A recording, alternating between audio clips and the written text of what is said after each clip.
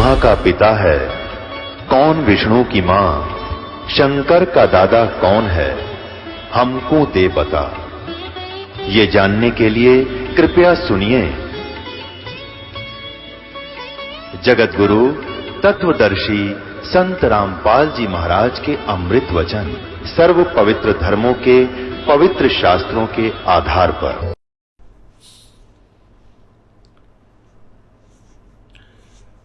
अब इनके पिता ब्रह्मा विष्णु महेश जी के जो पूज्य पिताजी हैं ज्योति निरंजन अर्थात ब्रह्म। ब्रह्म का अर्थ होता प्रभु परमात्मा।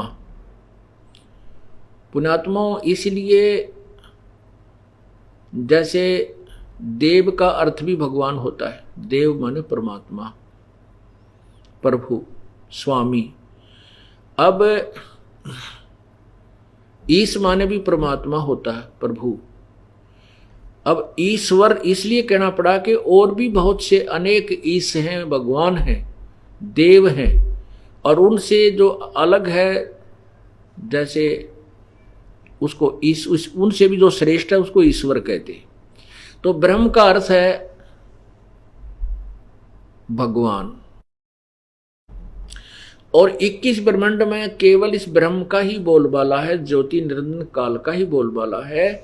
और यहाँ के जितने भी देव हैं, ऋषि हैं, ये इसी प्रभु के अंतर्गत आते हैं। जैसे कोई किसी अधिकारी के ऑफिस में, उसके कार्यालय में कार्य करता है, जैसे कोई डीसी ऑफिस में कार्य करता है, तो डीसी बार बार ये नहीं कहते कि डीसी साहब ने ऐसे बोला है, नहीं, वो उनका अंडरस्टूड साहब डीसी होता है, वो कहते साहब ने ऐसा कहा है। चाहे कोई किसी भी कार्यालय में करता है, कोई एक्शन के कार्यालय में काम करते हैं जो वहाँ के बाबू लोग हैं या अधिकारी हैं, तो वो कहते हैं कि साहब ने ऐसे बोला, तो उनके लिए अंडरस्टूड होता है, उनका सब उनको जाना पहचाना होता है कि कौन सा साहब का आदेश है ये। तो ऐसे ही यहाँ का जो साहब है ये ज्योति निरंजन है, ये ब्रह्म, इसको भी ब्रह्म कहते हैं। इसलिए यहाँ ब्रह्म पक गया। अब ब्रह्म परमात्मा से ब्रह्म, हम पूर्ण परमात्मा को भी ब्रह्म कह सकते हैं, वो भी भगवान है, लेकिन उसको पूर्ण ब्रह्म इसलिए लगाया कि अन्य ब्रह्मों से, अन्य ब्रह्म जो है उनसे सुप्रीम है वो, इसलिए वो थोड़ा सा उसमें भिन्नता होती गई। जैसे ब्रह्म, अब हम काल को ही ब्रह्म मानने लगे, इसलिए इसको ब्रह्म बोल देते। वैसे इसका नाम कैल है, कैल, और यहां उपाधि का नाम इसका क्षर पुरुष है। और ब्रह्म इसको एक अंडरस्टूड होने करके इसको यहाँ का मालिक ब्रह्म मानने लगे कि किस ब्रह्म का, इसी को ब्रह्म मान लेते हैं, परमात्मा मान लेते हैं। अब इसलिए परब्रह्म कहना पड़ा। परब्रह्म माने इस ब्रह्म से और दूसरा भगवान, 21 ब्रह्मांड का, 7 संग ब्रह्मांड का जो मालिक है वो परब्रह्म कहलाया। अन्य माने अन्य, दूसरा, तो वो अक्षर पुरुष है, उसको अक्षर पुरुष भी कहते हैं। और फिर पूर्ण ब्रह्म कहना पड़ा। पूर्ण ब्रह्म इसलिए कहना पड़ा कि कंप्लीट गॉड वही है जो सबके ऊपर मालिक है, सबका शासक है, सबका उत्पत्ति करता है और सबका कंट्रोलर है, वो कुल का मालिक है। इसलिए उसको पूर्ण ब्रह्म, कंप्लीट गॉड कहा जाने लगा। वो कंप्लीट गॉड कौन है? वो कबीर देव है, वो कबीर प्रभु है। वेदों में से कबीर देव बोला, कबीर देव, हम उसको कबीर देव कहने लगे, कबीर देव। अब फिर हम उसको कबीर, पूर्ण रूप से कबीर देव, देव माने भगवान, कबीर भगवान, अपनी लैंग्वेज में कबीर देव, कबीर भगवान कहने लगे। और यही प्रमाण ऋग्वेद मंडल नंबर 9 सूक्त 96 यानी 96 में, और मंत्र नंबर 16 में लिखा है, वेद ज्ञान दाता ब्रह्म आप ही कहता है कि भगवान हम आपके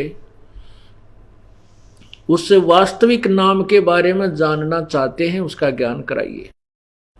और अपने तत्व ज्ञान रूपी शस्त्र से इस अज्ञान रूपी मवाद को मवाद, अज्ञान रूपी मवाद को अर्थात इस अंधेरे को हटाइए, काटिए। तो मंत्र नंबर 17 में स्पष्ट किया है कि वो परमात्मा अपनी कबीर गिरह कबीर वाणी के द्वारा, वो कबीर परमेश्वर स्वयं यहाँ आता है और बड़ा होकर के शिशु माने बालक रूप धारण करता है, फिर बड़ा होकर के ज्ञान देता है। तो अपनी कविताओं के माध्यम से, लोकोक्तियों के माध्यम से वो अपना ज्ञान उच्चारण करता है, इसलिए वो प्रसिद्ध कवि की उपाधि प्राप्त करता है। और उस संत रूप में प्रगट, उस ऋषि रूप में प्रगट, उस ऋषिकृत जो अमृत वाणियां हैं उनके अनुयायियों के लिए अमृत के तुल्य दुख सुखदायी होती हैं। यानी उस परमात्मा के द्वारा बोली गई वो वाणियां, श्लोक, दोहे, मंत्र बहुत ही प्यारे लगते हैं उनके फॉलोअर्स को, उनके अनुयायियों को। जैसे ही हम परमात्मा की वाणी बोलते हैं हमें कितनी प्यारी लगती है, आत्मा को खींचती है। यही वेद प्रमाण देते हैं। और स्पष्ट ये किया है कि वो तीसरे धाम में रहता है, एक देशी है, और वहां से बैठकर पूरे विश्व को, पूरे ब्रह्मांडों को, असंख्य ब्रह्मांडों को कंट्रोल करता है।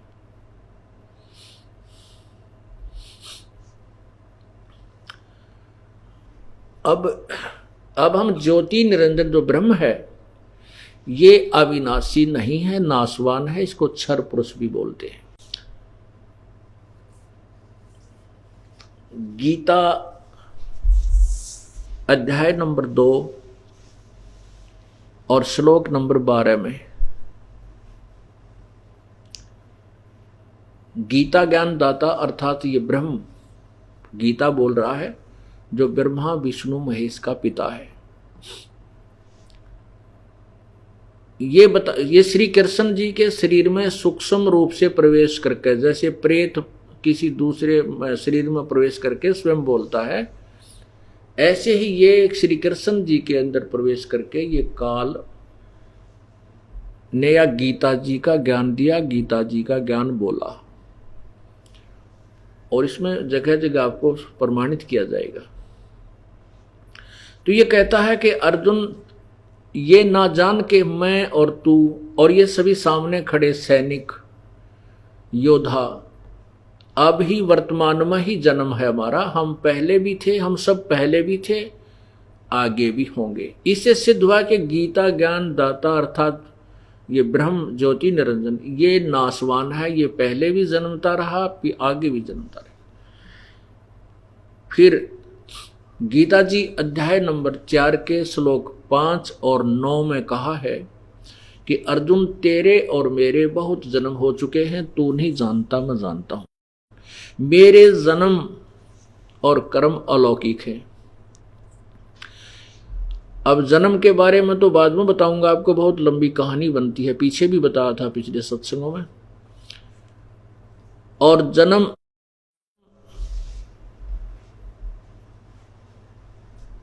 कर्म कैसे अलौकिक हैं, जैसे श्री कृष्ण जी में प्रवेश करके और सब कुछ कर गया। श्री कृष्ण जी ने प्रतिज्ञा की थी कि मैं सुदर्शन चक्र में कोई हथियार नहीं उठाऊंगा, और इसने हथियार भी उठाया।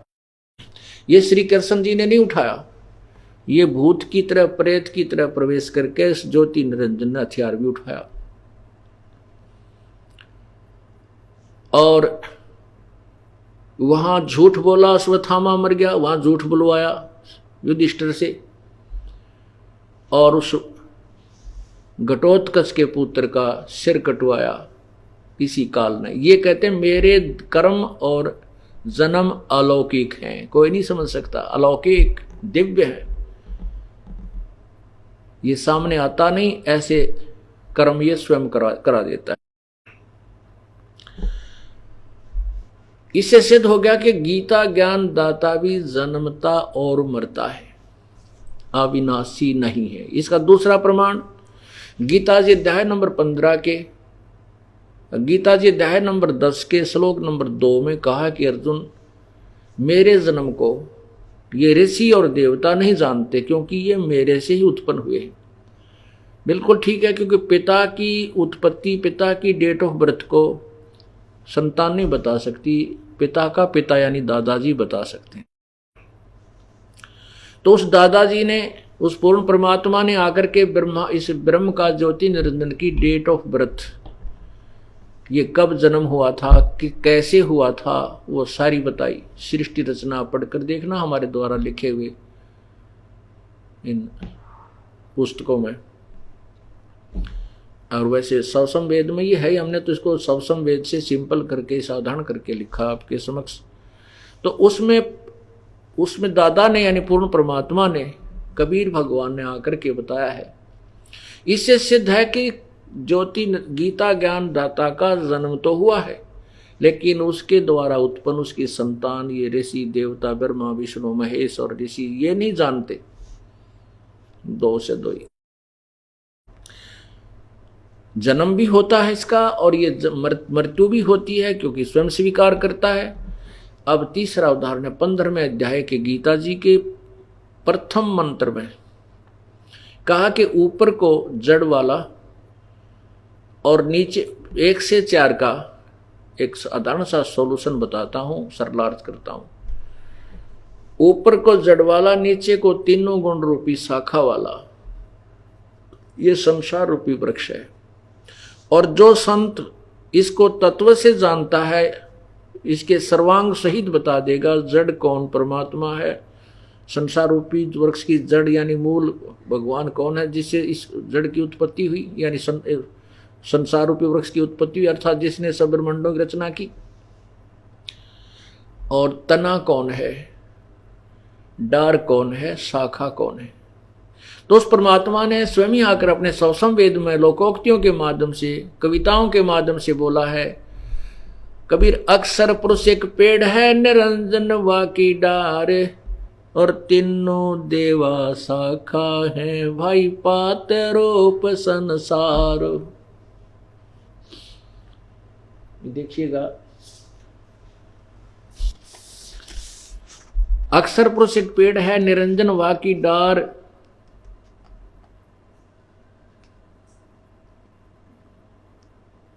ये पूरा पेड़ देखिएगा, पूरा पेड़ देखिएगा।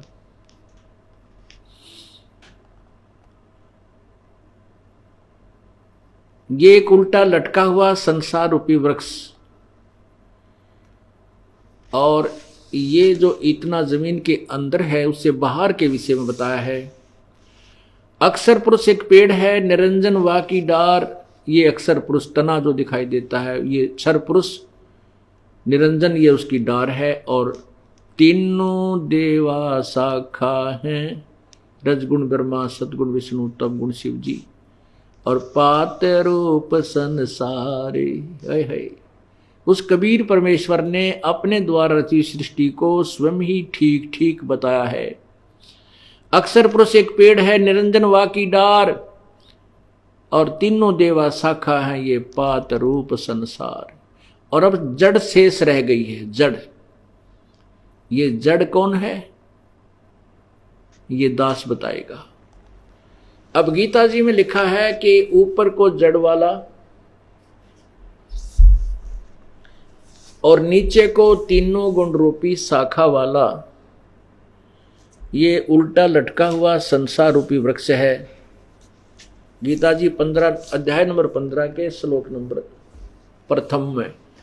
और ये कहा कि जो इसको तत्व से जानता है स वेदवित, वेदवित माने वो वेद का जानकार है, यथार्थ रूप में जानता है, अर्थात वो तत्वदर्शी संत है।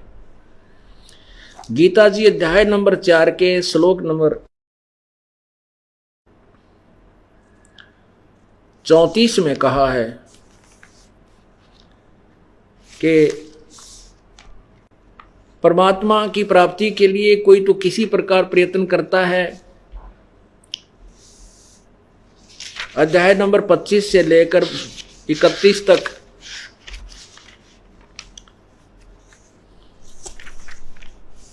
ये देखिएगा, ये पवित्र गीता जी। और इसके ये श्लोक अध्याय नंबर 4 है, और यहां देखना 25, ये देखना अध्याय नंबर श्लोक नंबर 25। दूसरे योगीजन देवताओं के पूजन रूप यज्ञ का ही भली भांति अनुष्ठान किया करते हैं। अन्य योगीजन परब्रह्म परमात्मा रूप अग्नि में ब्रह्म अग्नो यज्ञ के द्वारा ही आत्म रूप यज्ञ का हवन किया करते हैं। नीचे देखो 26 में कहा कि अन्य श्रोत्रादि समस्त इंद्रियों को संयम रूप अग्नि में हवन किया करते हैं। दूसरे शब्द आदि कहने का भाव ये है कि कोई तो किसी प्रकार कोई कान आंख मुंह बंद करके, कोई हठ योग करके, कोई देवताओं की पूजा करके परमात्मा पाने की प्रयत्न कर रहे हैं। ये नाना प्रकार की साधना करते हैं। 32 में कहा है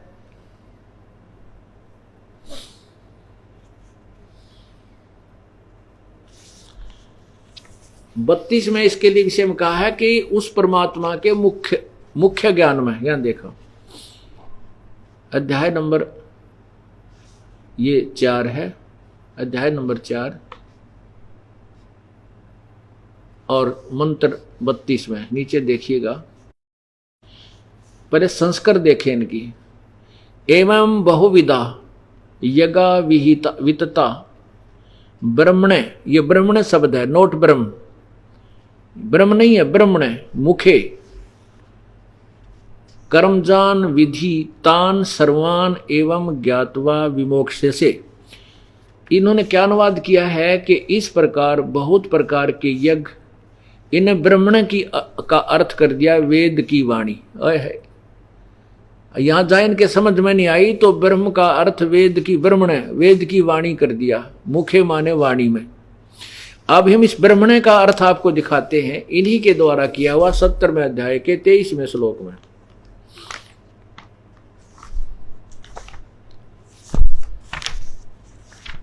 यदि हम अनुवाद करेंगे, हम अलग से करेंगे तो कोई नहीं मानेगा इस बात को। इन्हीं के द्वारा किया हुआ अनुवाद आपको दिखाते हैं। ये देखो अध्याय नंबर 17,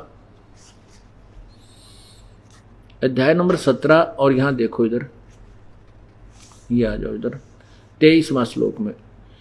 ओम तत्सत इति निर्देश ब्रह्मण त्रिविध समर्थ ब्राह्मणा तेन वेदा च यगा च विहिता पुरा। ये ब्रह्मण शब्द है। यहां देखना उन्होंने क्या अनुवाद किया है नीचे। ओम तत्सत, ऐसा ये 3 प्रकार का। ब्रह्मण माने सच्चिदानंद घन ब्रह्म का, ब्रह्मण माने सच्चिदानंद घन ब्रह्म, यानी उस सच्चिदानंद घन ब्रह्म। यहां भी हम इसको सच्चिदानंद घन ब्रह्म लिखे, अपने आप सोच लें। अंडरस्टूड हो गया तो ये देखिएगा। इन्होंने तो अनरस कर दिया क्योंकि इनको ज्ञान नहीं था अनुवादकर्ताओं को। ये चौथे अध्याय का 32वां देखिएगा।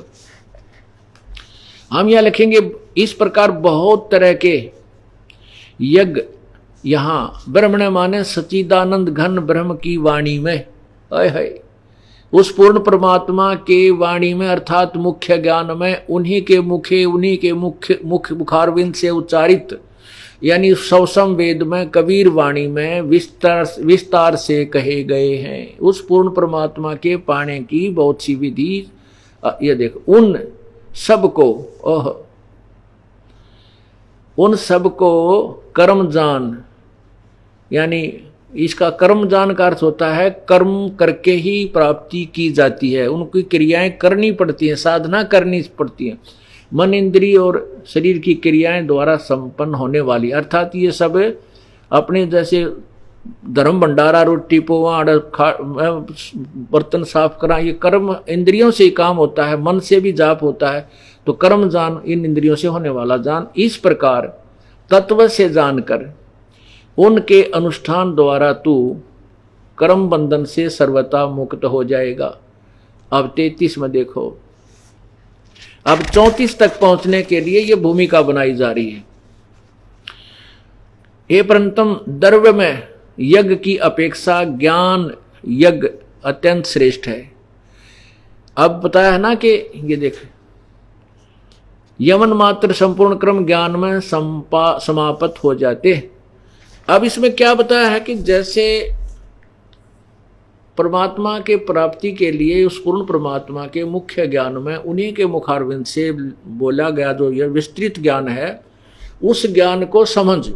और कहते हैं इस द्रव्य ज्ञान से, जैसे हम किधर भंडारा कर देते हैं जा करके किसी के कहने किधर गंगा पे किधर जमुना पे या कि तो वैसे हैं, या वैसे कोई दान पैसे दे देते हैं किसी मंदिर में, कोई सोने की घंटी चढ़ा देते हैं कि तो कहते हैं इस धन के द्वारा बिना सोचे समझे दिए हुए दान की अपेक्षा ज्ञान यज्ञ श्रेष्ठ है। यानी जब पहले हमें पता तो हो, दिशा तो मिले कि हम किस रास्ते चलें, फिर वो दान करें, तो ज्ञान में सभी कर्म समाप्त हो जाते हैं।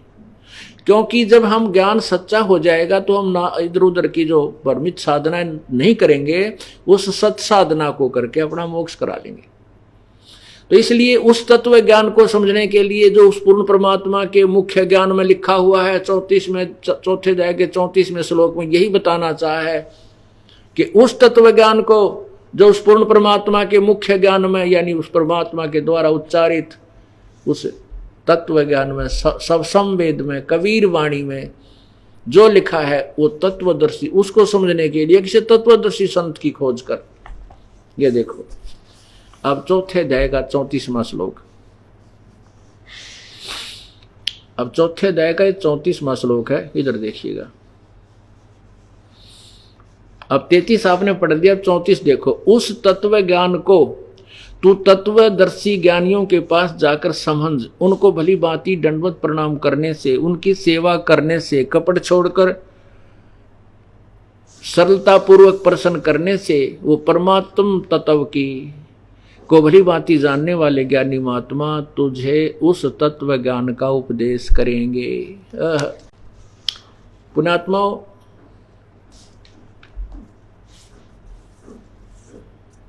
इसी सत्संग रूपी जो पीरियड है, सत्संग रूपी जो लेक्चर आपको दिए जाते हैं, इन भाषणों, इन प्रवचनों में पहली कक्षा के भी बालक होते हैं, द्वितीय के भी होते हैं। एक सामूहिक सत्संग स्थल है, ये सामूहिक ज्ञान केंद्र है। इसमें एक ही समय में सभी को पढ़ाया जाता है। तो हम जब बाईपास चलते हैं, शॉर्टकट चलते हैं, तो केवल चौथे अध्याय का 34वां श्लोक ही कहकर छोड़ देते हैं, क्योंकि स्टार्ट के लिए हमें इतना ही काफी होता है। अब धीरे धीरे आपकी बुद्धि बहुत कैच करने लग जाती है, बच्चा उच्च क्लासेज में हो जाता है, कक्षाओं में, तो उसको फिर आगे अधिक ज्ञान बताया जाता है। तो अब ये चौथे अध्याय के 34वें श्लोक में जिस तत्व ज्ञान के विषय में कहा है वो पहले बता रखा है कि वैसे तो वो खुद बताता, गीता ज्ञान दाता, कोई ऊपर न पैर करके, कोई नीचे न सिर करके, कोई सिर न कोई आंखें बंद करके, कोई कान बंद करके, कोई देवताओं न पूज के, कोई किसी प्रकार के हवन करके साधना करने के प्रयत्न करते हैं। लेकिन उस परमात्मा की यथार्थ ज्ञान, प्रभु पाने की वास्तविक विधि तो उस पूर्ण परमात्मा की वाणी में, उस पूर्ण परमात्मा के सवसंवेद में, अर्थात उस तत्व ज्ञान में विस्तृत लिखी हुई है, कही गई है, उसी के द्वारा मुख्य कमल से कही गई है। उसके लिए किसी तत्वदर्शी संत को खोज। गीता ज्ञान दाता कहता मैं नहीं जानता, नहीं वेदों में वो ज्ञान है। यजुर्वेद अध्याय नंबर 40 के मंत्र 10 और 13 में यही स्पष्ट किया है कि उस परमात्मा को कोई साकार बताओ, कोई जन्म लेने वाला, कोई कहते हो कभी जन्म नहीं लेता। उसके विषय में यथार्थ ज्ञान तो को तत्वदर्शी संत कराएंगे, उनसे सुनो।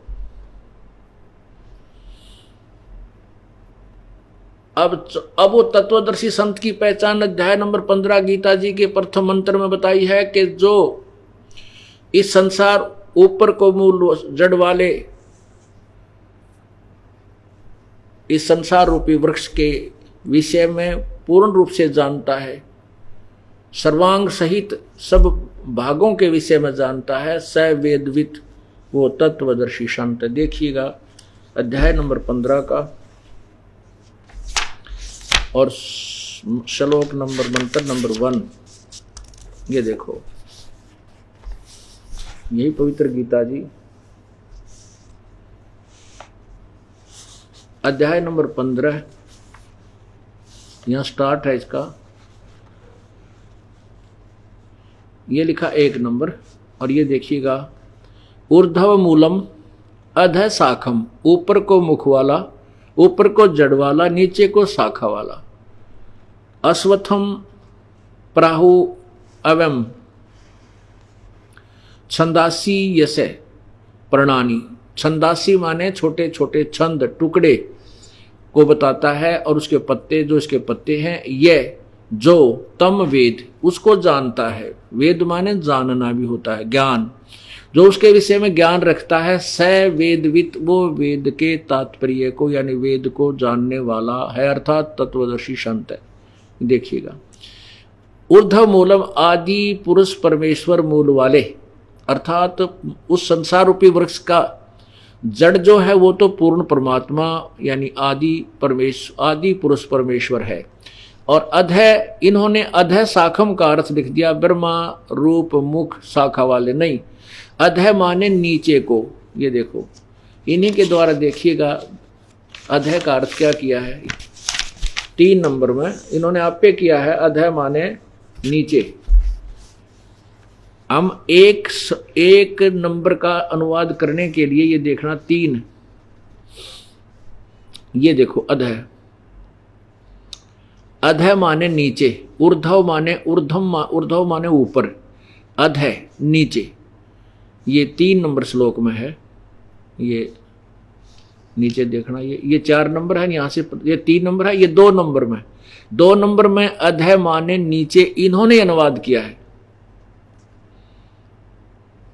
और अब देखो 1 नंबर में, ये 1 नंबर, अधः, अधः माने नीचे को शाखा वाले, सीधा लिखना था, इन्होंने उठपटांग डाल दिया इसमें। अधः माने नीचे को शाखा वाले, ऊपर सीधा सा अर्थ है। ऊर्ध्व मूलम अधः शाखम, सिंपल साधारण सा भी कोई संस्कृत को 8वीं तक पढ़ रहा होगा वो भी समझ सकता है इसको, और नहीं पढ़ रहा थी मैं पढ़ा दूंगा या दास आपको पढ़ा देगा। ये तो बहुत ही साधारण सी बातें हैं। एक लैंग्वेज अपना काम करती है, भाषा चाहे हिंदी है, अंग्रेजी है, और चाहे वो पंजाबी है, उर्दू है, फारसी है, उसका ज्ञान अगर आपके पास है, आप अक्सर ज्ञान युक्त हैं, ऐसी बात नहीं, क्योंकि संस्कृत और हिंदी ये देवनागरी लिपि में है। हिंदी तकरीबन हिंदू जानता है, और संस्कृत आपके पास है, शब्दकोश हमारे पास है, शब्दकोश भी ना खोलने पड़ते, इन्होंने ही उनके अनुवाद भी कर रखे हैं। जहाँ इनकी बुद्धि ठीक काम कर रही थी, क्योंकि इनको ज्ञान तो था नहीं, जहाँ साधारण सा अनुवाद आया वहाँ इन्होंने ठीक कर दिया। जहाँ इनकी बुद्धि से बाहर हो गया वहाँ वेद का अर्थ, ब्रह्म का अर्थ वेद कर दिया। तो ऐसे इन्होंने व्याकरण को भी गलत कर डाला। अब देखिएगा, इसका अर्थ है कि ऊर्ध्व मूलम अधः शाखम, उधर माने ऊर्ध्व माने ऊपर को जड़ वाला, नीचे को शाखा वाला, ये संसार रूपी वृक्ष है। और इसके यहां देखना,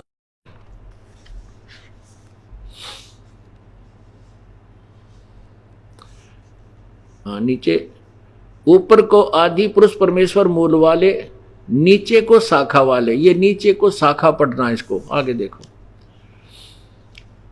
अश्वत्थम, संसार रूपी पीपल के वृक्ष को अविनाशी कहते हैं।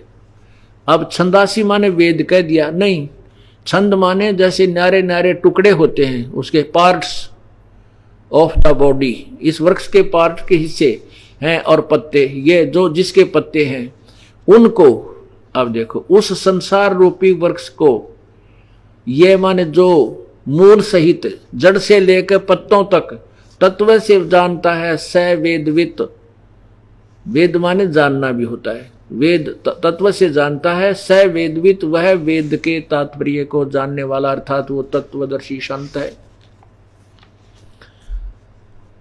अब गीता जी और वेदों का ज्ञान इनकम्प्लीट है, लेकिन रॉन्ग नहीं है, पूर्ण ज्ञान नहीं है, लेकिन गलत नहीं कह सकते। जैसे सिलेबस होता है, पाठ्यक्रम होता है, मैट्रिक यानी 10वीं तक का, उसमें 10वीं तक का ही होता है, उसे आगे का BA MA का PhD का नहीं होता, तो उनको गलत नहीं कह सकते, वो वहां तक का है। अब हमने इसीलिए कहा है कि उस तत्व ज्ञान को समझने के लिए किसी तत्वदर्शी संत की खोज कर उनको दंडवत प्रणाम कर पूरी गीता जी में कहीं भी गीता ज्ञानदाता ने अपने लिए या किसी देवता या महर्षि के लिए दंडोत प्रणाम के लिए नहीं कहा। अपने लिए भी कहा कि मुझे नमस्कार कर, ओनली नमस्कार। और दंडवत प्रणाम उसी संत के विषय में कहा जो पूर्ण परमात्मा के जानने वाला यानी तत्व से वेदी है। 18वें अध्याय के 65वें श्लोक में लिखा है, 18वें अध्याय के 65वें श्लोक में कहा कि मुझे नमस्कार कर। ये देखो, गीता ज्ञानदाता, ये श्रीमद् भगवत गीता अध्याय नंबर 18 और श्लोक नंबर 65 देखिए। यहां इसमें कहा है, मन मना भव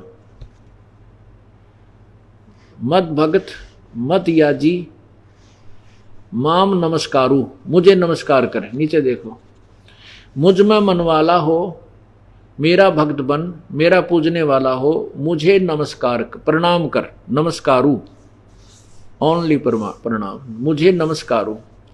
ऐसा करने से ही मुझे प्राप्त होगा मुझसे सत्य प्रतिज्ञा, मैं तुझसे सत्य प्रतीक्षा करता हूं क्योंकि तू मेरा अत्यंत प्रिय है। इससे सिद्ध है कि उस तत्वदर्शी संत जो गीता और वेदों से भी अलग ज्ञान आपको बताएगा, उसको दंडवत प्रणाम करो। अब वो क्या बताया है, अब इसमें क्या स्पष्ट करना चाहता है ये दास कि न तो ब्रह्मा विष्णु महेश अविनाशी हैं। जब समय अविनाशी नहीं है तो हमारे जन्म मृत्यु के रोग को ये नहीं काट सकते, क्योंकि इस रोग से ये भी ग्रस्त है। और फिर अब हम ज्योति निरंजन के ऊपर चल रहे हैं, जो उनके पिताजी हैं, जिनको ऋषि महर्षि ब्रह्म कहकर साधना करते थे और उसको अविनाशी अजर अमर बताते, तो वो भी अविनाशी नहीं है। स्वयं कह रहा मैं भी नाशवान हूं, मेरी मृत्यु जन्म होते हैं। और इसके अंदर हमारे सदग्रंथ प्रमाण देते हैं। गीता जी अध्याय नंबर 15 के श्लोक नंबर 16 में कहा है कि इस संसार में दो भगवान प्रसिद्ध हैं, एक क्षर पुरुष ये ब्रह्म है, अक्षर पुरुष ये परब्रह्म है। और इन दोनों ही के लोक में सभी के शरीर नाशवान हैं। जीवात्मा तो वैसे अविनाशी है, ये गधे की भी है, कुत्ते की भी है, वो तो अलग बात है। फिर गीता जी अध्याय नंबर 15 के श्लोक 17 में स्पष्ट किया है कि वास्तव में जो अविनाशी और भगवान जिसको हम कह सकते हैं, वो तो इन दोनों से भी भिन्न है, अन्य है। उत्तम पुरुष तु अन्य परमात्मा इति उदाहरते। वो उत्तम पुरुष, एक क्षर पुरुष एक अक्षर पुरुष, इन दोनों से भी न्यारा है वो सर्व पुरुषोत्तम, जिसको उत्तम पुरुष माने पुरुषोत्तम। वो पुरुषोत्तम अर्थात सच्चा भगवान, श्रेष्ठ प्रभु, तो इन दोनों से क्षर पुरुष यानी ब्रह्म, अक्षर पुरुष अर्थात परब्रह्म से भी भिन्न है और है, और वही परमात्मा कहलाता है। अब इस सत्संग का निष्कर्ष निकलने जा रहा है, जो आज का 2 घंटे का परमात्मा की अमृत वर्षा है। इसको ध्यानपूर्वक सुनना। इसमें क्या बताया है कि वही परमात्मा कहलाता है। क्षर पुरुष ब्रह्म भी भगवान नहीं, परमात्मा नहीं है। भगवान का अर्थ है तो जो हमें भोगने योग्य वस्तुएं दे, जैसे खान पान या ठाठ बाट, और फिर हमें दुख ना दे, केवल सुख दे, दुख नहीं देता, वो परमात्मा कहलाता है। वो श्रेष्ठ आत्मा, परमात्मा माने श्रेष्ठ आत्मा, पुरुषोत्तम, वही वास्तव में होता है। अब और ये लोकत्रयम अविश्य विभर्ति अव्यय ईश्वर है, जो इन तीनों लोकों में प्रवेश करके सबका धारण पोषण करता है, वो अविनाशी परमात्मा है। वास्तव में अविनाशी वो है। जैसे जड़ से खुराक चलती है वृक्ष को, मूल से खुराक चलती है, तना में आई, तना से डार में, डार से फिर शाखाओं में, शाखाओं से फिर पत्तों में आई। अब वो मूल रूपी जो परमात्मा है वो कौन है? वो परम अक्षर ब्रह्म है। गीता जी अध्याय नंबर 8 के मंत्र नंबर 1 में गीता अर्जुन ने प्रश्न किया कि प्रभु आपने जो गीता जी अध्याय नंबर 7 के श्लोक नंबर 29 में कहा है कि उस तत्ब्रह्म को और पूरे अखिल यानी सारे ज्ञान आध्यात्मिक ज्ञान को और मुझे समझने के बाद मेरे आश्रित होकर के जो इस ज्ञान को समझ लेता है, तत्वदर्शी संत की खोज कर लेता है, तत्व ज्ञान से परिचित हो जाता है, फिर वो भक्त इस संसार की किसी भी वस्तु की इच्छा नहीं करता। वो केवल जरा मरण से छूटने का ही प्रयत्न करता है, उसी छूटने की ही कोशिश करता है। तो वो तत्ब्रह्म कौन है, मुझे उसके बारे में जानकारी बताइए। 8वें अध्याय के प्रथम मंत्र श्लोक में कहा है गीता जी में कि वो किम तत्ब्रह्म, वो कौन है? फिर वो तत्ब्रह्म जो 7वें अध्याय के 29 में जिसकी इसे में आपने बताया। 8वें अध्याय के 3रे मंत्र में कहा कि वो परम अक्षर ब्रह्म है। एक ब्रह्म, एक अक्षर ब्रह्म, एक परम अक्षर ब्रह्म, एक क्षर पुरुष, एक अक्षर पुरुष, एक परम अक्षर पुरुष। वो तीसरा जो परम अक्षर पुरुष है उसके विषय में गीता जी अध्याय नंबर 15 के श्लोक 16 और 17 में निर्णायक ज्ञान है। तो कहते हैं वही वास्तव में अविनाशी है। अब थोड़ा सा डिटेल दूंगा ये नाशवान और अविनाशी की। जैसे गीता जी अध्याय नंबर 7 के श्लोक नंबर 24 और 25 में गीता ज्ञानदाता कहता है कि मुझ अव्यक्त को ये व्यक्ति रूप में कृष्ण रूप में मानते हैं। मैं कृष्ण नहीं, क्योंकि तो कृष्ण के अंदर भूत बोल रहा था, प्रेत की तरह काल बोल रहा था। ये प्रथम अव्यक्त है। फिर ये 8वें अध्याय के 18वें श्लोक में 17वें श्लोक में कहता है कि उस ब्रह्मण यानी पूर्ण परमात्मा के एक दिन में, उस ब्रह्मण माने परब्रह्म के अक्षर पुरुष के एक दिन जब समाप्त होता है तो सभी प्राणी यानी परब्रह्म के लोक के भी और क्षर पुरुष, इस क्षर पुरुष यानी ब्रह्म के लोक के भी किस ब्रह्मांड होंगे, और स्वयं ये काल भी मृत्यु को प्राप्त हो जाता है। एक दिन में, उसका जब एक दिन समाप्त होता है तो 1000 युग का होता है परब्रह्म का। अब परब्रह्म का एक दिन आपको बताता हूं, उसके विषय में सुनना, क्योंकि आजकल बहुत इंटेलिजेंट हो गए हो, इतनी बड़ी बड़ी हमने डिस्कवरी कर ली है साइंस के माध्यम से, पता नहीं कितने टीवी कंप्यूटर ये क्या क्या बना लिए। एक भगवान वाले साइड में भी हम एक बार अपने तेज दिमाग को रखेंगे तो इतनी स्पीड से हम इसको कैच करेंगे, इससे लाभ होगा। और ये इंस्ट्रूमेंट जो हम बना के सुख सुविधा ढूंढ रहे थे यही रह जाएंगे, हमारे साथ नहीं जाएंगे। इनका सदुपयोग करेंगे हम परमात्मा की महिमा को जानने के लिए। अब जैसे यहां पर केवल युग लिखा है, 8वें अध्याय के 17वें श्लोक में लिखा है, 16वें श्लोक में कहा कि ब्रह्मलोक तक सभी नाशवान है। ब्रह्मलोक तक के गए प्राणी भी पुनर्वृत्ति में जन्म मृत्यु माते हैं, और ब्रह्म के साधक अंतिम साधना है, उनका अंतिम उपलब्धि है, ब्रह्मलोक में चले जाते हैं और वहां गए हुए भी वापस लौट कर आते हैं। गीता जी अध्याय नंबर 8 के मंत्र नंबर 16 में कहा है। 17 में कहा कि उस ब्रह्म ने, उस परब्रह्म के एक दिन जब समाप्त होता है तो सभी प्राणी नष्ट हो जाते हैं और उसके रात्रि के प्रवेश काल में उसमें प्रवेश कर जाते हैं। वो 1000 युग की होती है, उसका 1000 युग है, नोट चतुर्युग। यहां पर युग और चतुर्युग का अंतर है, ये ध्यान रखना। ब्रह्मा का एक दिन 1000 चतुर्युग का होता है ब्रह्मा का, और परब्रह्म का केवल 1000 युग का होता है, लेकिन उसकी काउंटिंग अलग होती है। एक चतुर्युग में 43,20,000 वर्ष होते हैं, एक चतुर्युग, सतयुग, त्रेता, द्वापर, कलयुग। और ब्रह्मा जी का 1000, वैसे 1008 युग होता है चतुर्युग, और हम उसको 1000 चतुर्युग मानकर चलते हैं। इतनी ही ब्रह्मा जी की रात्रि होती है, तो 2000 चतुर्युग का दिन रात बन गया ब्रह्मा जी का। तो 30 दिन का एक महीना, 30 दिन का एक महीना, और 12 महीने का वर्ष, ऐसे 100 वर्ष की आयु ब्रह्मा जी की हुई। विष्णु जी की ब्रह्मा जी से 7 गुना अधिक, और शिव जी की जो तमोगुण भगवान काल का पुत्र है, उसकी विष्णु जी से 7 गुना, अर्थात ब्रह्मा से 49 गुना उस शिव की मृत्यु है। और जब एक शिव मर जाता है, ओए होए, अब एक वो तमोगुण शिव जब मरता है तो एक ब्रह्मांड का, एक ये जो शिव मरता ऐसे जब, तो एक युग हो जाता है उसका परब्रह्म का, एक युग होता है परब्रह्म का। अब देखो हिसाब ला के, एक यहां का त्रिलोकीय शिव मरता है तो परब्रह्म का एक युग होता है।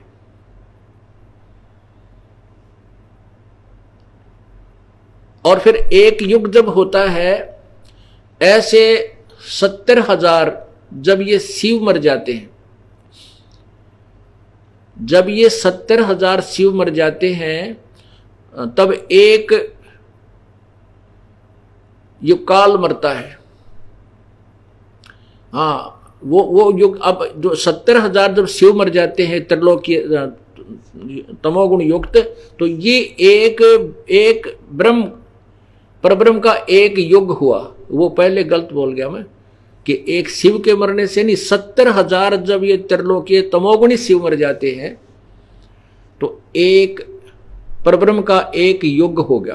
वो तेरा एक युग, और उस समय एक ब्रह्मांड नष्ट हो जाता है। और ये शिव जो तो काल है, ज्योति निरंजन, ये भी अपना शरीर त्याग देता है। एक सिद्धि बहुचोल्लेधार है, एक सिद्धि है इसके पास, जो ये इस शरीर को छोड़ देता है, ये दूसरे ब्रह्मांड में चला जाता है, सभी प्राणियों को ले जाता है, और वहां फिर दुर्गा और प्रकृति से इसी प्रकार अपने पुत्र उत्पन्न करता है, फिर आगे सृष्टि शुरू कर देता है। ऐसे जब 1000 युग जब हो जाते हैं, 1000 युग जब हो जाते ऐसे ऐसे इतनी लंबी इतने पीरियड के, तो तब 21 ब्रह्मांड काल के और 7 संग ब्रह्मांड उस परब्रह्म के सभी प्राणी नष्ट हो जाते हैं, मर जाते हैं। वो परब्रह्म का एक दिन समाप्त हो गया, रात्रि प्रारंभ होगी। 1000 उस युग की ही इतनी रात्रि उस परब्रह्म की हुई। ओए होए, ऐसे फिर एक 2 दिन रात का एक 30 यानी 30 दिन रात का एक महीना हुआ परब्रह्म का, और 12 महीने का एक वर्ष हुआ परब्रह्म का, और 100 वर्ष की आयु उस परब्रह्म की है, यानी वो परब्रह्म भी मरेगा। अब हिसाब ला के देखना कि ब्रह्मा जी का एक चतुर्युग 43,20,20,000 वर्ष हमारे वर्ष, और उनके वर्ष कितने होते हैं। और फिर 70,000 जब त्रिलोकीय शिव मर जाते हैं, तब एक युग हुआ परब्रह्म का, वो तरह जो, और ऐसे 1000 युग जो पूरे 1000 युग का दिन, 1000 युग की रात परब्रह्म की, और 30 दिन का दिन रात का एक महीना, 12 महीने का एक वर्ष, और 100 वर्ष की उस अक्षर पुरुष परब्रह्म की आयु, और फिर भी मरेगा। इसलिए इसको भी अक्षर पुरुष कह दिया। अक्षर का अर्थ होता अविनाशी, और क्षर का होता नाशवान। इसको अविनाशी बता दिया क्योंकि बहुत लंबा समय है इसकी मृत्यु का, लेकिन मृत्यु अवश्य है। एती उम्र बुलंद मरेगा अंतरे, सतगुरु लगे न कान न भेंटे वो संतरे। वो संत, वो तत्वदर्शी संत नहीं मिले, सतगुरु नहीं मिला, इस करके इतनी लंबी आयु भी अगर हो जाएगी तो भी मृत्यु होगी। अब गीता जी अध्याय नंबर 8 के श्लोक नंबर 18 में कहा है कि जब परब्रह्म का एक दिन समाप्त हो जाता है तो सभी प्राणी, परब्रह्म के भी और ब्रह्म के भी, क्षर पुरुष के भी और अक्षर पुरुष के भी, उस परब्रह्म के लोक में समा जाते हैं। और जब दिन प्रारंभ होता है फिर वहां से सभी प्रकट होते हैं उस अव्यक्त से। उसको अव्यक्त कहा है। अब 18वें अध्याय के 20 और 21 में कहा है कि इस अव्यक्त से भी जो अव्यक्त है, वो दूसरा जो अव्यक्त भाव है, वो सभी प्राणियों के नष्ट होने पर भी कभी नष्ट नहीं होता, वो वास्तव में अविनाशी है। अब 15वें अध्याय के 16 और 17 श्लोक को अब समर्थन दे रहा है 8वें अध्याय का 20, 18 और 20।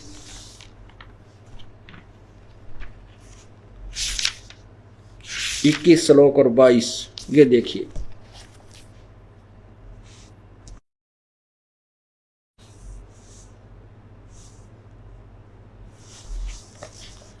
ये 8वां अध्याय।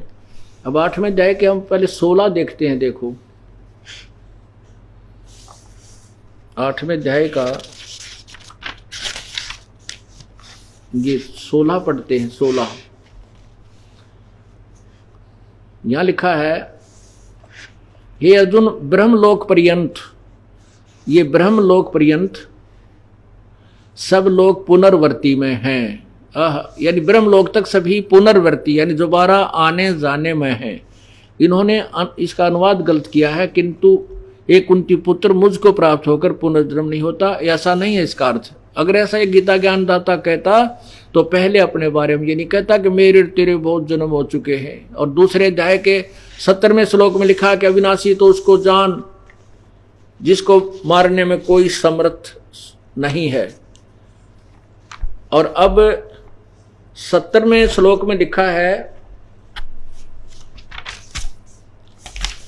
ये 17वां अध्याय है ना, 8वें अध्याय का 17वां श्लोक, ये अध्याय नंबर 8 का नीचे देखो, ये 16, ये 17वां है।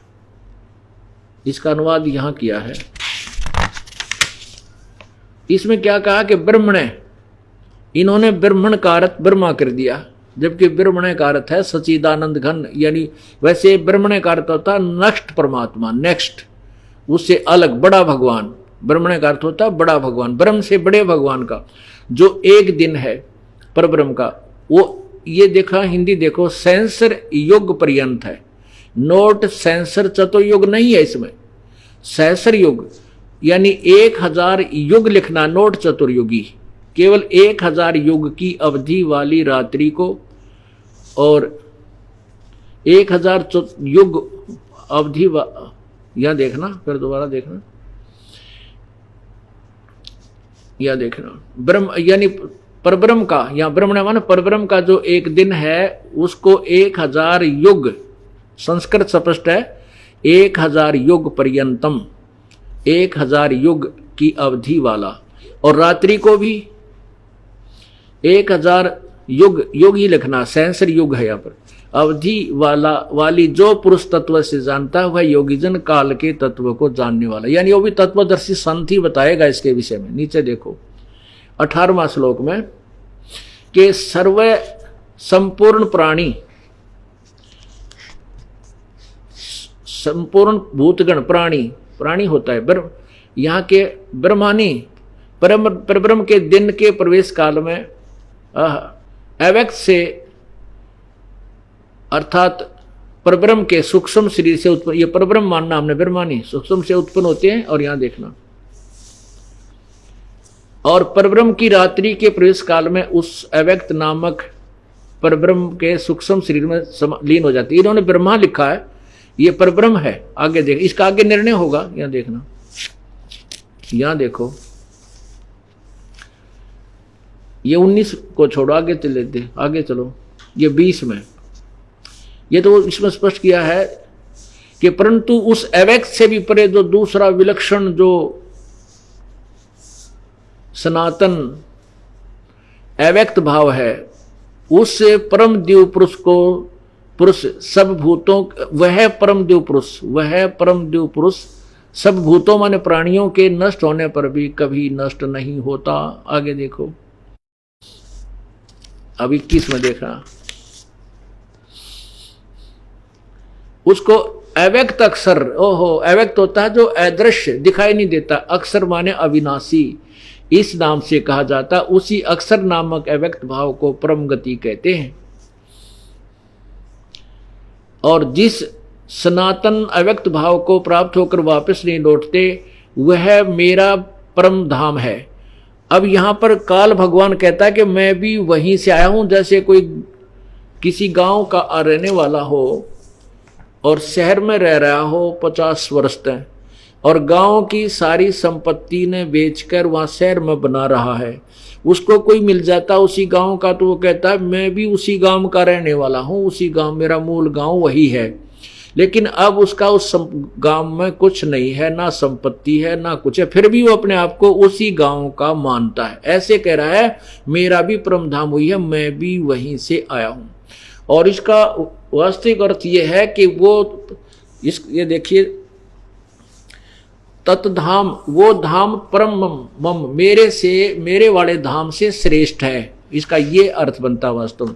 फिर भी हम इन्हीं की तरफ से इसी जो वनवाद इन्होंने किया है इसमें ज्यादा फेरबदल ना करके इतना ही बताना चाहेंगे कि ऐसे कहना। अब देखो स्पष्ट है था 22 में स्पष्ट कर दिया, अध्याय नंबर 8 के मंत्र नंबर 22 में देखिएगा। इसमें बिल्कुल स्पष्ट कर दिया। गीता ज्ञान दाता कहता है कि हे पार्थ अर्जुन, जिस परमात्मा के अंतर्गत सर्वभूत यानी सभी प्राणी हैं और जिस सच्चिदानंद परमात्मा से यह समस्त जगत परिपूर्ण है, अर्थात जिसने सब का उसकी परिपोषण करता है, सब उत्पन्न करता है, वह सनातन अव्यक्त परम पुरुष तो अनन्य भक्ति से प्राप्त होने योग्य है। अनन्य, किसी भी की पूजा नहीं करनी, अनन्य यानी केवल एक उस परमात्मा की भक्ति करने से वो परमात्मा उसी पूजा से प्राप्त होने योग्य। इससे सिद्ध हो गया कि गीता ज्ञान दाता से और भगवान है। इसलिए वहां पर इन्होंने लिखा कि वो मेरा परम धाम है, जहां से लौट कर नहीं आते। ये अनुवाद ही गलत है। इसका अर्थ ये होता है कि वो कहता है कि मेरे धाम से वो श्रेष्ठ धाम है, मेरा जो ब्रह्मलोक है उससे वो श्रेष्ठ, अति श्रेष्ठ है। अब ये 3 बात सिद्ध होगी कि ब्रह्म विनाशवान, पर ब्रह्म विनाशवान कौन? पूर्ण ब्रह्म, वो सत्य पुरुष। अव्यक्त का अर्थ होता है जो वस्तु विद्यमान है लेकिन हमारी दृष्टि से पार है। जैसे बादल छाए हों उसमें सूर्य अव्यक्त हो जाता है, हमें दिखाई नहीं देता लेकिन वो विद्यमान है, बादलों के पार है।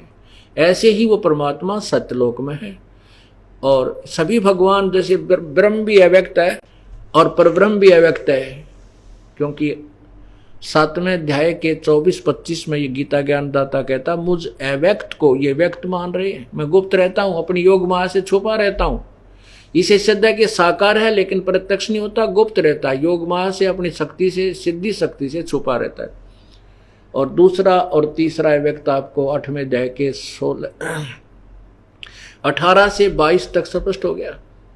3 अव्यक्त हो गए, 3 भगवान हुए, एक क्षर पुरुष, एक अक्षर पुरुष, एक परम अक्षर पुरुष।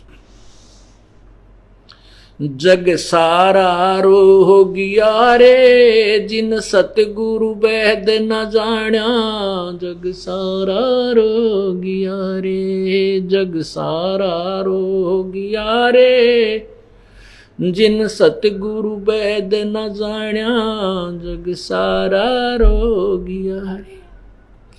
भाई जन्म मरण का रोग लगा है या तृष्णा बडरी खांसी, जन्म मरण का रोग लगा है तृष्णा बडरी खांसी।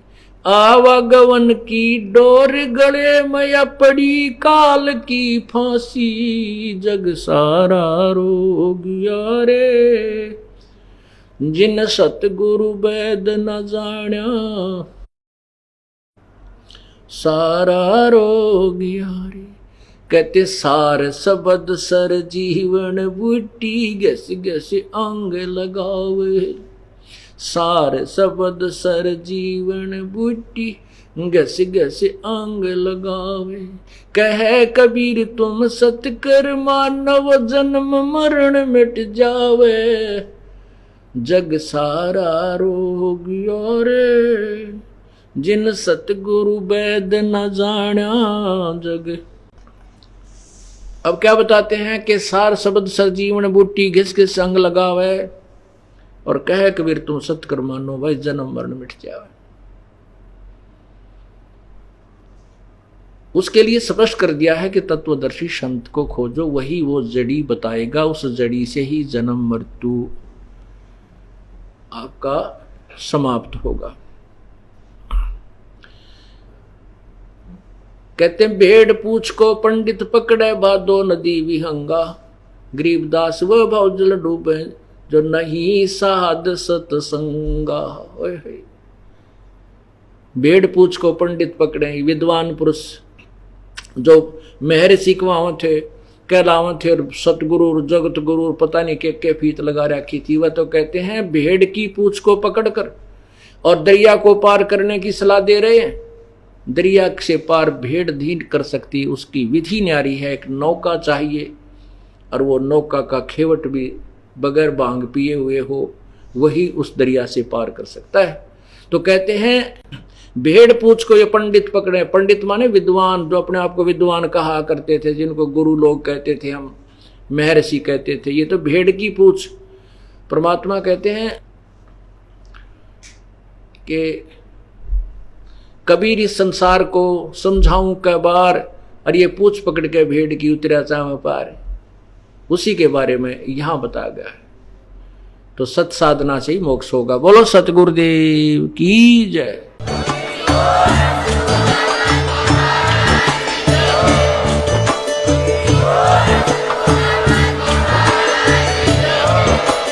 आप सुन रहे थे जगत गुरु तत्वदर्शी संत रामपाल जी महाराज जी के मंगल प्रवचन। अधिक जानकारी के लिए विजिट कीजिए हमारी वेबसाइट www.jagatgururampalji.org। संत रामपाल जी महाराज जी के शुभ आशीर्वाद से पूरे विश्व भर में 500 से भी ज्यादा नाम दीक्षा केंद्र हैं, जिन पर संत रामपाल जी महाराज जी द्वारा ऑनलाइन निःशुल्क नाम दीक्षा दी जा रही है। अपने नजदीकी नाम दीक्षा केंद्र का पता करने के लिए संपर्क करें 8222880541।